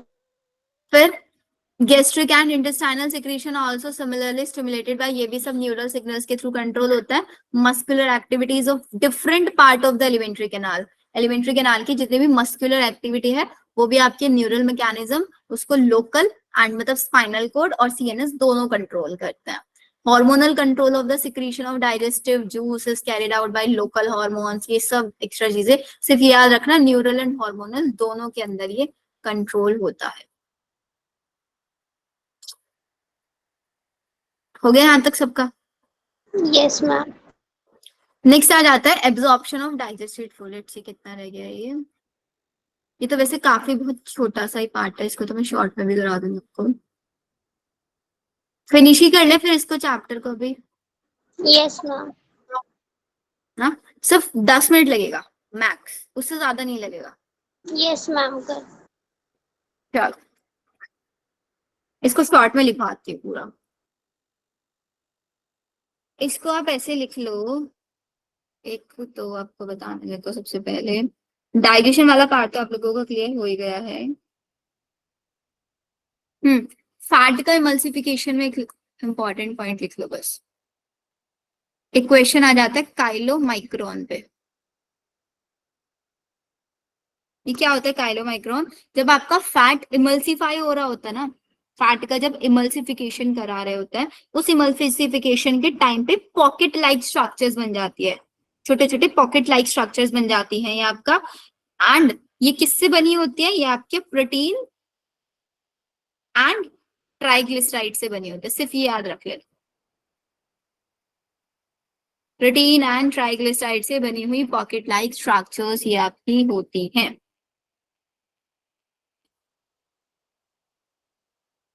एब्जॉर्प्शन वाले पार्ट पे आ जाओ। बहुत सिंपल है एब्जॉर्प्शन वाला पार्ट।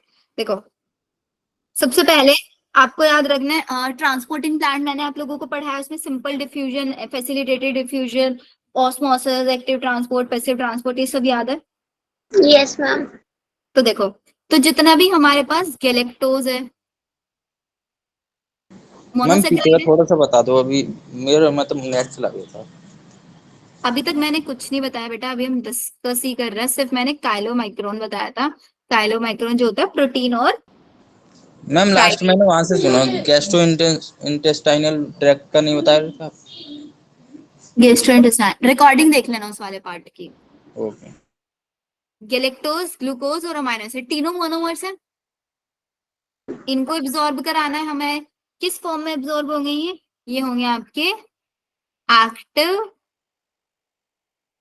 ट्रांसपोर्ट। एक्टिव ट्रांसपोर्ट मतलब एटीपी यूज करनी पड़ेगी हमें। इन सबको एब्जॉर्ब कराना है किसके अंदर? ब्लड के अंदर। और फिर ब्लड इनको कहां तक लेके जाएगा? सेल्स तक लेके जाएगा, तभी तो सेल सेलुलर रेस्पिरेशन करेंगे। और जितना भी आपका फ्रक्टोज होता है, ग्लूकोज, अगेन अमाइनो एसिड्स भी, इनका डाइजेशन भी आपका फैसिलिटेटेड भी हो सकता है। फैसिलिटेटेड डिफ्यूजन इनका हो सकता है। जितने भी पॉजिटिव आयंस होंगे उन सब का एक्टिव ट्रांसपोर्ट होगा, जितने भी नेगेटिव आयंस होंगे सबका पैसिव ट्रांसपोर्ट होगा। ये याद रखना है आपको। और सिंपल डिफ्यूजन फैसिलिटेटेड में तो याद रखना है simply fructose, because glucose amino acid तो एक्टिव ट्रांसपोर्ट भी दिखा सकता है, ये पैसिव ट्रांसपोर्ट भी दिखा देता है, फैसिलिटेटेड भी दिखा देता है। आपका सिंपल डिफ्यूजन के थ्रू लिपिड्स का होता है। क्वेश्चन पॉजिटिव और नेगेटिव आयन वाले पे आ जाता है मैक्सिमम। अब पढ़ के देखो, समझ में आएगा। Absorption is the process by which जितना भी एंड प्रोडक्ट हमें मिला डाइजेशन के बाद passes through the intestinal mucosa. Mucosa से कहाँ पे जाएगा ये? ब्लड और लिम्फ के अंदर। क्योंकि हमने एक डायग्राम देखा था ये वाला, उसमें हम देख रहे थे आपका जो म्यूकोसा लेयर है उसी के नीचे यहाँ पे ब्लड वेसल्स लिम्फ्स वगैरह प्रेजेंट थे, यस है नहीं थे? इसी म्यूकोसा के थ्रू ब्लड तक, इसी म्यूकोसा के थ्रू ब्लड तक हमें फूड को एब्जॉर्ब कराना है। तो वो मैकेनिज्म मैंने आपको बताया, वो सिंपल डिफ्यूजन, फैसिलिटेटेड या फिर एक्टिव ट्रांसपोर्ट, पैसिव ट्रांसपोर्ट, कुछ भी हो सकता है। पैसिव, एक्टिव, फैसिलिटेटेड या सिंपल डिफ्यूजन। अब यहां से देखना, हाईलाइट करना यहाँ से वाला, क्या बोलते हैं कि भाई जो सिंपल अमाउंट ऑफ मोनोसेक्राइड्स है, जितने भी सिंपल मोनोसेक्राइड्स है, ग्लूकोज हो गया, अमाइनो एसिड्स हो गया, इन सब का क्या होगा? हमेशा simple diffusion. The passage of these substances into the blood, blood के अंदर ये जाएंगे, किस चीज पे डिपेंड करेंगे? कॉन्सेंट्रेशन ग्रेडियंट पे, कि भाई ब्लड के अंदर फूड का कंपोनेंट कम है, कॉन्सेंट्रेशन कम है, और बाहर म्यूकोसा के पास ज्यादा है, तो म्यूकोसा से ब्लड के अंदर ट्रांसफर हो जाएगा, नहीं हो जाएगा? Without any energy. Yes ma'am. ठीक है, जबकि कुछ सब्सटेंसेस, इन्हीं में से ग्लूकोज और अमाइनो एसिड है, इनका कभी कभी कैरियर प्रोटीन्स की भी रिक्वायरमेंट हो जाती है, और जब हम स्पेशल टाइप के कैरियर प्रोटीन्स का यूज करते हैं तभी हम फैसिलिटेटेड उसको ट्रांसपोर्ट बोलते हैं। Yes ma'am. ठीक है, तो इस सिंपल डिफ्यूजन के थ्रू भी हो सकता है, जितने भी मोनोसैकेराइड्स है सबका, लेकिन कभी कभी कुछ ग्लूकोज और अमाइनो एसिड, इनके लिए हमको फैसिलिटेटेड डिफ्यूजन भी कराना पड़ जाता है।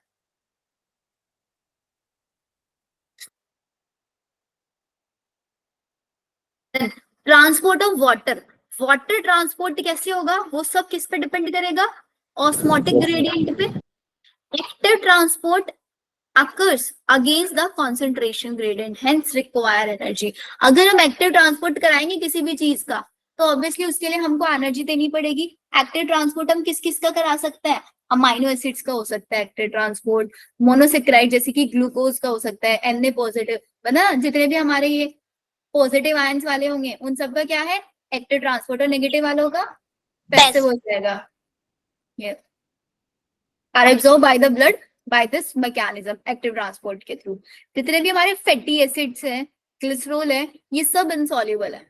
ठीक है, इनसॉल्युबलाइज नहीं होते ब्लड के अंदर, तो हमें इनको क्या करना पड़ेगा? इनको छोटे छोटे मिसल्स में कन्वर्ट कराना पड़ेगा, और फिर यही मिसल्स किसकी फॉर्म में? काइलोमाइक्रोन की फॉर्म में। छोटे छोटे पैकेट्स बताया था ना काइलोमाइक्रोन, इन काइलोमाइक्रोन की फॉर्म में इंटेस्टाइनल म्यूकोसा के अंदर जाएंगे। दे आर रीफॉर्म्ड विद छोटा सा स्मॉल प्रोटीन मॉलिक्यूल और उसके ऊपर फैट ग्लोब्यूल मतलब ट्राइग्लिसराइड। इससे क्या बनेगा? काइलोमाइक्रोन, जो कि इजीली ट्रांसपोर्ट हो सकता है आपकी लिम्फ वेसल्स के अंदर, जो कि विलाई के अंदर प्रेजेंट होता है। यही लिम्फ वेसल्स अल्टीमेटली रिलीज करते हैं एब्जॉर्ब सब्सटेंसेस को, किसमें? ब्लड स्ट्रीम में। मतलब सिंपली इस पैराग्राफ में ये बोल रहे हैं कि भाई जो ब्लड और ग्लिसरॉल है ना, वो आपका fatty acid and glycerol blood के अंदर एब्जॉर्ब नहीं हो सकता, तो हम क्या करेंगे? पहले उनको छोटे छोटे मिसल्स में कन्वर्ट करा देंगे, उन मिसल्स को म्यूकोसा के पास दे देंगे, फिर वो म्यूकोसा उनको ब्लड में ना देके लिम्फ वेसल के अंदर दे देगा, और लिम्फ वेसल से फिर वो ब्लड स्ट्रीम में ट्रांसफर कर देगा। हमें उसको एब्जॉर्ब कराने की जरूरत ही नहीं पड़ेगी। डायरेक्टली ब्लड में ना देके पहले लिम्फ वेसल को दे देंगे काइलोमाइक्रोन की फॉर्म में, एंड देन हम ब्लड में ट्रांसफर करा। आगे समझ में? Yes ma'am. Absorption of substances take place in different parts of the alimentary canal. Alimentary canal के अलग अलग पार्ट में होता है absorption, like mouth, stomach, small intestine, large intestine। लेकिन सबसे ज्यादा जो absorption होता है कहाँ पे होता है? Small intestine. स्मॉल इंटेस्टाइन में। इसकी समरी इन्होंने दी हुई है, जैसे कि माउथ के अंदर किस किस चीज का एब्जॉर्प्शन हो सकता है? कुछ ड्रग्स का हो सकता है, in contact with the mucosa of the mouth and lower side of the tongue are absorb into the blood capillaries, क्योंकि हमारे टंग के लोअर साइड में ब्लड कैपिलरीज होता है, वहां से भी डायरेक्टली ड्रग्स का एब्जॉर्प्शन हो जाता है। स्टमक के अंदर वाटर का एब्जॉर्प्शन हो सकता है, सिंपल शुगर्स का हो सकता है, एल्कोहल्स इन सब का हो सकता है। और स्मॉल इंटेस्टाइन में तो ऑलमोस्ट सभी का होता है, और लार्ज इंटेस्टाइन में सिर्फ और सिर्फ वाटर, मिनरल्स और ड्रग्स का। एब्जॉर्ब सब्सटेंसेस अब ब्लड के थ्रू कहाँ पे पहुंचेंगे? टिश्यूज के अंदर पहुंचेंगे, और टिश्यूज उसी फूड से एनर्जी बनवाएंगे, which process is known as assimilation. और जितना भी डाइजेस्टेड वेस्ट है, मतलब अनडाइजेस्टेड फूड है, वो आपका फीकल मैटर में कन्वर्ट हो जाएगा, रेक्टम के थ्रू जाएगा, एंड जैसे न्यूरल रिफ्लेक्स आएगा, कॉज एन अर्ज और desire for its removal. This process is known as defecation, जो कि एक वॉलेंट्री प्रोसेस है, आपका पेरिस्टाल्टिक मूवमेंट के थ्रू कैरिड आउट होता है, जिसको हम एक्सक्रीशन वाले चैप्टर में पढ़ते हैं। क्लियर यहाँ तक? Yes ma'am. फिर आ जाते हैं डिसऑर्डर्स। डिसऑर्डर में सबसे पहला डिसऑर्डर आपका जॉन्डिस। जॉन्डिस मतलब पीलिया जिसको बोलते हैं। क्या होता है इसके अंदर? लीवर इफेक्ट हो जाता है। हमने पढ़ा था ना, लीवर का जो पाइल है उसके अंदर दो पिगमेंट्स होते हैं, bilirubin and biliverdin. Yes ma'am. Bilirubin and biliverdin, जब इनका एक्यूमुलेशन होने लग जाता है ना आपके ब्लड के अंदर, तब जॉन्डिस होता है, जिसके अंदर आपका लीवर इफेक्ट हो जाता है, बिलीरुबिन एंड बिलीवर्डन इकट्ठे होने लग जाता है, जिसकी वजह से आपकी आईज, नेल्स वगैरह ये सब येलो हो जाता है due to the deposit of bile pigment. Vomiting कैसे होता है? वॉमिटिंग डायरेक्ट स्टेटमेंट वाले क्वेश्चन आते हैं यहाँ पे। इजेक्शन ऑफ स्टमक, जो आपका स्टमक कंटेंट है वो माउथ के थ्रू वापस से इजेक्ट हो जाए, ये भी एक रिफ्लेक्स एक्शन होता है। लिखा भी है उन्होंने, रिफ्लेक्स एक्शन, बिकॉज हमारा वॉमिट सेंटर कहाँ पे है? मेडुला ऑब्लोंगेटा, वॉमिट सेंटर जिसको हम बोलते हैं। अब वॉमिटिंग की होती है, लेट्स सपोज आपने अपने फूड के अंदर कोई ऐसे कंपोनेंट खा लिया जो आपकी बॉडी के लिए हार्मफुल है, तो क्या होगा? आपकी बॉडी के लिए हार्मफुल है, उसका सिग्नल किसके पास जाएगा? उसका सिग्नल जाएगा आपके मेडुला ऑब्लोंगेटा के पास। मेडुला ऑब्लोंगेटा के पास जैसे सिग्नल जाएगा, वो आपका रिफ्लेक्स एक्शन जनरेट करेगा, जिसकी वजह से आपका फूड का रिवर्स मूवमेंट होना शुरू हो जाएगा। इसी को वॉमिटिंग बोलते हैं। डायरिया के अंदर क्या होता है? बॉबल मूवमेंट का एबनॉर्मल फ्रीक्वेंसी हो जाता है, लिक्विड फीकल मैटर जो होता है वो बहुत ज्यादा लिक्विड होने लग जाता है, एब्जॉर्प्शन ऑफ फूड नहीं हो पाता है, this is known as diarrhoea. Constipation के अंदर क्या होता है? कॉन्स्टिपेशन के अंदर जो अनडाइजेस्टेड फूड होता है वो रेक्टम के अंदर ही रह जाता है, बॉबल मूवमेंट इरेगुलर हो जाता है। इंडाइजेशन, जो आपका फूड है वो प्रॉपरली डाइजेस्ट नहीं हो पाता है, जिसकी वजह से फुलनेस की फीलिंग आती है स्टमक में। Causes of indigestion, इनएडिक्वेट enzyme secretion, या फिर anxiety, food poisoning, over eating spicy food, किसी भी वजह से हो सकता है, क्योंकि फूड डाइजेस्ट नहीं हो रहा है, इट मींस डायरेक्टली रोल वहां पे किसका है? एंजाइम्स का ही है। एंजाइम अच्छे से वर्क नहीं कर पा रहे, एंजाइम डाइजेस्ट नहीं कर पा रहे फूड। जैसे जनरली हम लोगों को फीवर वगैरह हो जाता है, तब भी कुछ खाने का मन नहीं करता ना, भूख नहीं लगती है, यस मैम। क्योंकि हम जब बीमार होता है, फीवर होता है, तो हमारा जो हाइपोथैलेमस है, थर्मो रेगुलेटर है, वो बॉडी का टेम्परेचर बढ़ा के रखता है, और एंजाइम से टेम्परेचर स्पेसिफिक होता है। बॉडी का टेम्परेचर बढ़ता है, एंजाइम्स भी इफेक्ट होता है, तो एंजाइम्स अपनी एक्टिविटी नहीं दिखा पाते अच्छे से। Yes ma'am. आप लोगों का chapter finish. Ma'am last ma'am में एक और है PM, ma'am protein energy mail nutrition. कौन से वाला? मैम पीईएम, प्रोटीन एनर्जी माल न्यूट्रिशन। अच्छा, पीएन वाला, इस एनसीईआरटी में क्यों नहीं दिया हुआ है फिर? Yes ma'am. मैम इसीलिए तो मैं बोला था आपसे उस दिन, मतलब कल, कि ये न्यू एनसीईआरटी ओल्ड। मैम ये माल चैप्टर में न्यूट्रिशन पढ़ाई है मैम, थोड़ा सा। न्यूट्रिशन तो आपको पता ही है ना क्या होता है। Yes ma'am. पीएन की फुल फॉर्म प्रोटीन एनर्जी माल न्यूट्रिशन। यस।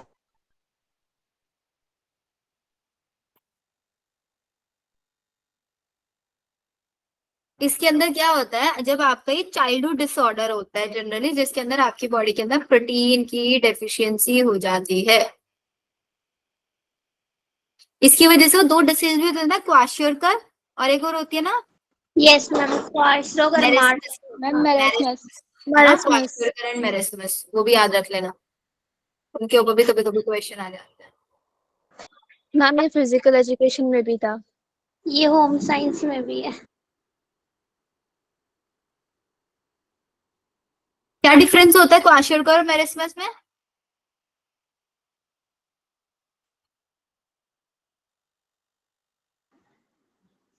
पता है मैम क्या डिफरेंस? ख्वाशी में मैम मरेसमस में जो ज्यादा हो जाता है मैम उसमें, मिल्क रिप्लेस हो जाता है। और मार्सेस में मैम बहुत ज्यादा मतलब पतला हो जाता है। इसमें ना बहुत ज्यादा वेट लॉस होता है। यस मैम, और उसमें ज्यादा वेट हो हाँ, जाता है और ख्वाशी में। क्वाशियर करके अंदर क्या होता है ना तो वेट बढ़ पाता, ना ही मैम वेट पॉट कम हो बेली। पाता, वेट चेंज नहीं हो पाता, पोर्ट बैली बन जाता है। क्वाशियोकर में प्रोटीन और कैलोरी दोनों की डेफिशिएंसी होती है, और मैरेस्मस में प्रोटीन और कैलोरी दोनों की डेफिशिएंसी होती है। क्वाशियोकर में सिर्फ प्रोटीन की डेफिशिएंसी होती है। एग्जैक्टली, और होते दोनों ऑलमोस्ट ये है, क्वाशियोकर और मेरेस्मस। कभी कभी ना इसका वो इमेज दे के आपसे वो भी पूछ लेते हैं, इमेज दे के बताओ कौन सा क्वाशियोकर है कौन सा मेरेस्मस है, पोर्ट बैली से याद रखना, यस मैम। बस सिंपल सा है ये तो। मैम क्वाशियोर में फिर सारा फैट बेली पे डिपॉजिट हो जाता है। सारा फैट जो है बेली पे डिपॉजिट हो जाता है, जिसकी वजह से पोर्ट बेली बन जाती है। मैम इससे क्वेश्चन भी आ सकता है क्या? हाँ, क्वेश्चन आता है, पहले आता था पीवाईक्यू।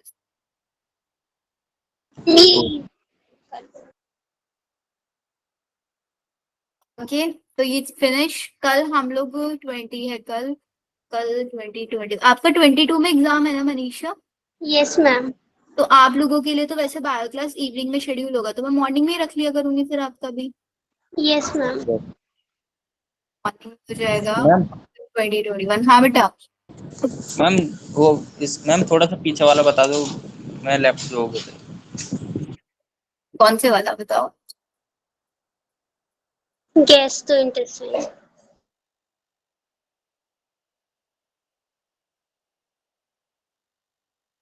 कौन से वाले पार्ट में ले? यहीं पे ma'am. Gastrointestinal tract, yes ma'am, यहाँ से लास्ट वाला जो पैराग्राफ है ना यही। ये muscular activities of the different the activity of gastrointestinal tract वाला। अच्छा ये वाला ना। तो देखो सिंपली ये बताया कि जो आपका गैस्ट्रोइंटेस्टाइनल ट्रैक्ट होता है ना, वो कंप्लीटली न्यूरल और हार्मोनल कंट्रोल में होता है। जितनी भी चीजें होती है यहाँ पे, आपका इंजाइम्स का बनना, इंजाइम्स का डाइजेशन होना, सारी चीजें आपका नर्वस सिस्टम कंट्रोल करता है, ये याद रखना है बस। ओ ठीक है, तो अच्छा कल हम लोग एक काम करें, जो ड्रॉपर वाले बच्चे हैं और उनका कल पूरा रिप्रोडक्शन यूनिट रिवाइज कर ले। Yes okay ma'am. कल मॉर्निंग में लोगे आप? हाँ मॉर्निंग फिर में मैम ड्रॉपर वाले। मैम कल तो पेपर है ना, मॉर्निंग और इवनिंग का, या फिर मैम इवनिंग में रख लेना। ड्रॉपर वाले बच्चे को कर लीजिए, यस मैम, इवनिंग में ले लो। तो फिर आप मैम लोग क्लास नहीं होगी शाम को ड्रॉपर वालों की? होगी बेटा होगी। एक काम फिर करेंगे मैम 5 कल। क्लासेस हो जाएगी। 5 कैसे हो जाएंगी? मैम अनिशा अभी 2 कृष्णकांत से नहीं लेंगे आई गेस क्लास आज, और अगर ओके लेंगे भी तो ले लेना, किसी किसी दिन तो तो 5 मैम कल चलती तो लेंगे। है। कल अगर कल लेंगे तो हम बायो की क्लास नहीं रखेंगे फिर। ठीक ओके है, ma'am.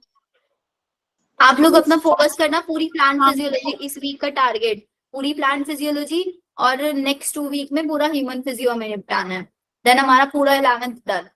Yes ma'am. Ma'am plant growth वाला नहीं आएगा? मैम वो भी हाँ आएगा क्या? वो तो नहीं हुआ है ना अभी। सारे चैप्टर्स आएंगे प्लांट फिजियो के, मैंने सारे के सारे की रिकॉर्डिंग्स आपकी अपडेट कर दी है। प्लांट ग्रोथ वाला मैंने आपको बोला सारा लर्न करने वाला चैप्टर रिकॉर्डिंग से पढ़ लेना उसको, मिनरल न्यूट्रिशन वाला सारा लर्न करने वाला चैप्टर उसको भी वहां से पढ़ लेना। कल आप लोगों की मॉर्निंग में ड्रॉपर वालों की अगर कृष्णकांत सर नहीं लेंगे तो कल मैं आप लोगों को प्लांट फिजियो के क्वेश्चन प्रैक्टिस करा दूँ। ठीक है, रिवाइज कर लेंगे हम प्लांट फिजियो बनकर। Okay ma'am. Okay then, bye bye. Bye ma'am.